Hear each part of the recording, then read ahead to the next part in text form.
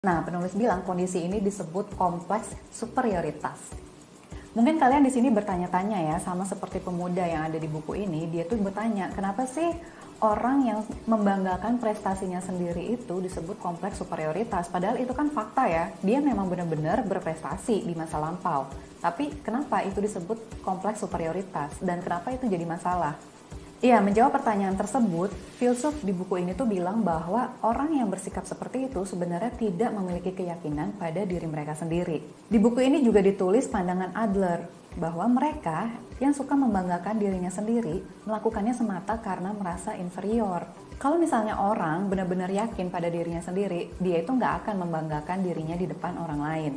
Kalau dia tidak melakukan itu, ada kekhawatiran bahwa orang-orang tuh nggak akan bisa menerimanya apa adanya.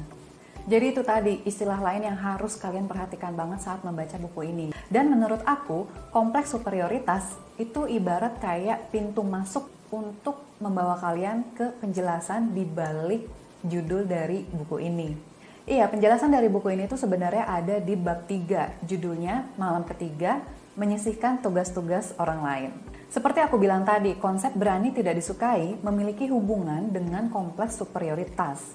Kondisi di mana orang-orang suka membanggakan dirinya sendiri, membanggakan prestasinya untuk mendapatkan pengakuan dari orang lain. Menurut penulis, orang-orang yang suka membanggakan dirinya sendiri, mereka itu sebenarnya hidup berdasarkan ekspektasi orang lain.